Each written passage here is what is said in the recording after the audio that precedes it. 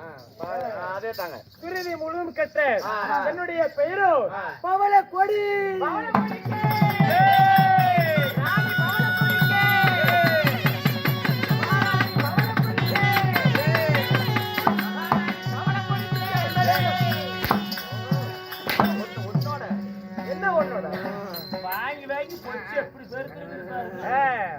பவள கொடி மீது பிறந்தபடியால் என்னுடைய பேரோ பவள கொடி. நீங்க பவள கொடி மேல பிறந்தீங்க. ஆமா. அப்படி பிறக்கும் போது உங்களை யாராவது எடுத்து வளர்த்தனீங்க? என்ன யார் தெரியுமா பெற்றெடுத்தார்கள்? யாருங்க சொல்லவா?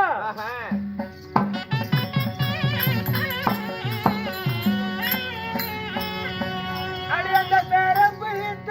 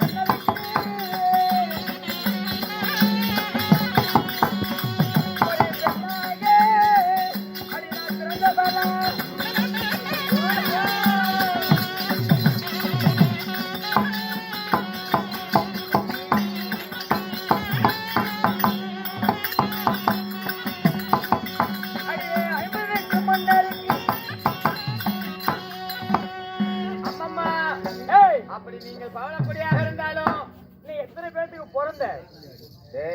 என்ன என்னடி கேக்குற? நான் ஒரு அப்பனுக்கு ஒரு அம்மாளுக்கு பிறந்தமா.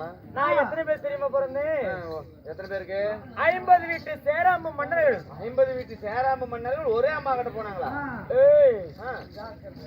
ஏங்க அடியே சேராம்பு தேசத்தை ஆண்டு வரக்கூடிய 50 வீட்டு சேராம்பு மன்னர்களுக்கு 50 வீட்டு சேராம்பு யாருக்குமே குழந்தைகள் என்று சொல்லி என்று மதுரை சொக்கனாருடைய அருளால பவள கொடி மீது இந்த பவள கொடி பெண்ணாக பிறந்தேன். ஓ, வேட்டையாட போனப்ப உங்களை கண்டெடுத்துக்கிறாங்க. சொக்கநாதர் அருளால் பிறந்த குழந்தை பிறக்கும் பொழுது உங்களுக்கு ஏதாவது என்னோட உடனே இந்த சரபலி பிறந்தது. ஓ, உடன் இந்த சரபலி பிறந்ததா? ஆமா. ஓஹோ, அது மட்டும் கிடையாது. 50 வீட்டு சேராம்பு மன்னர்களுக்கு நான் ஒரே மகள். ஓ, ஒரே மகள். எனக்கு அன்னப்பச்சி என்றால் மிகவும் பிடிக்கும். எங்க அண்ணன் பச்சி எல்லாம் கொடுக்க முடியாதுமா. அன்னப்பச்சி. ஓ, அன்னப்பச்சி. ஆமா, பறவை. ஆமா. அடியே எனக்கு வாரத்தில் ஒரு நாள் என்று கானகத்திற்கு சென்று நான் வேட்டையாடுவது வழக்கம். ஆமா. அப்படி எனக்கு அடிக்க 1000 தாதிமார்கள். ஒரு அடிக்க அந்த அடிக்கலடா, ஒவ்வொரு கால் அடிக்கு ஒவ்வொரு தாதிமார்கள். ஆமா. ஆகட்டுங்க. தாதிமார்களை பாத்தியா? எல்லாத்தையும் பாத்துட்டேன். எங்க இருக்காங்க? உள்ள இருக்கிறாங்க. வரது உடனே கூப்பிட்டு வரேன்.